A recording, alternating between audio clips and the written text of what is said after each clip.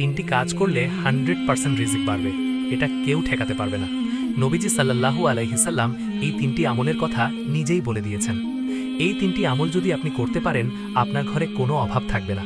কাঁচা মরিচের জন্য কারো কাছে হাত পাততে হবে না। মনে রাখবেন, নবীজি সাল্লাল্লাহু আলাইহি সাল্লাম যে আমলগুলো আমাদেরকে শিক্ষা দিয়েছেন, এই আমলগুলো যদি আমরা করতে পারি, আল্লাহ পাক রব্বুল আলামিন দুনিয়া আমাদের কাছে নত করে দিবেন। দুনিয়া অনেক সময় বলেন যে হুজুর, দুনিয়া আমাদের কাছ থেকে বিমুখ হয়ে গেছে, কেমন যেন আমরা ঋণে জর্জরিত হয়ে যাচ্ছি। এই তিনটি আমল আপনারা করবেন। নাম্বার 1, 1 নম্বর আমল হচ্ছে ফজরের সময় 2 রাকাত সুন্নত পড়বেন। এই ফজরের 2 রাকাত সুন্নত নবীজি সাল্লাল্লাহু আলাইহি সাল্লাম জানিয়ে দিয়েছেন, এই 2 রাকাত সুন্নত আসমান ও জমিনের ভিতরে যা কিছু আছে তার থেকেও উত্তম হচ্ছে ফজরের 2 রাকাত সুন্নত। দুঃখজনক হলো শত আমরা ফজরের নামাজ পড়ি না। ফজরের 2 রাকাত সুন্নত পড়বেন, এরপরে ফজরের সুন্নতের পরে ফরজের আগে মধ্যবর্তী সময়ে আপনি আল্লাহর কাছে দোয়া করবেন। আপনার রিজিকের জন্য আল্লাহর কাছে দোয়া করবেন, কারণ এই সময় দোয়া করলে দোয়া কবুল হয়।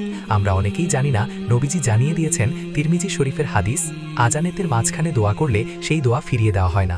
আর ফজরের সময়টা হচ্ছে বরকতের সময়। এই সময় আমরা অনেকে ঘুমায় থাকি, কিন্তু ফেরেশতারা এই সময় রিজিক নিয়ে আসমান থেকে অবতরণ করে। কিন্তু যখন দেখেন বান্দা আল্লাহর ইবাদত না করে ঘুমিয়ে আছে, তখন এই রিজিক নিয়ে তারা জঙ্গলে প্রাণীদেরকে দিয়ে দেন। সুতরাং আপনি যদি ধনী হতে চান, অভাব দূর করতে চান, ফজরের 2 রাকাত সুন্নত পড়বেন এবং ফরজ আগে মধ্যবর্তী সময়ে আপনি আল্লাহর কাছে দোয়া করবেন। দেখবেন আল্লাহ তাআলা আপনার রিজিক এমনভাবে দিবেন আপনি কল্পনা করতে পারবেন না। এবং দ্বিতীয় নাম্বার হচ্ছে ফজরের নামাজের পরে লা হাওলা ওয়ালা কুওয়াতা ইল্লা বিল্লাহিল আলিয়্যিল আযীম, এটা 100 বার পড়বেন। এই শব্দটা, জিকিরটা, এটা হচ্ছে জান্নাতের ভান্ডার। তিরমিজি শরীফের হাদিস, আবু দাউদ শরীফের হাদিস, তার ম্যাক্সিমাম হাদিসের কিতাবের ভিতরে হাদিস এসেছে। নবীজি এই আমলের কথা বলেছেন, লা হাওলা ওয়ালা কুওয়াতা ইল্লা বিল্লাহিল আলিয়্যিল আযীম।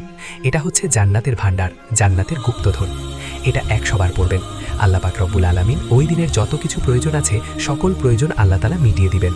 কোনো প্রয়োজন আল্লাহ পাক রব্বুল আলামিন পূর্ণ করবেন না এমন হবে না, অর্থাৎ সকল প্রয়োজন আল্লাহ তাআলা মিটিয়ে দিবেন, প্রয়োজন পূর্ণ করে দিবেন। এবং 3 নাম্বার হচ্ছে আপনি বেশি বেশি করে দান করবেন, যতটুকু পারেন দান করার চেষ্টা করবেন।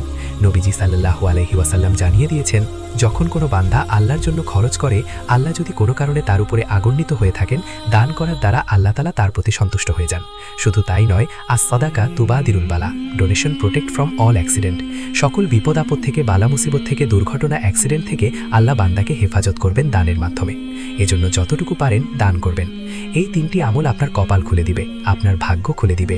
সুতরাং এই 3টি আমল যদি করতে পারেন, 100% আপনার রিজিক বাড়বে।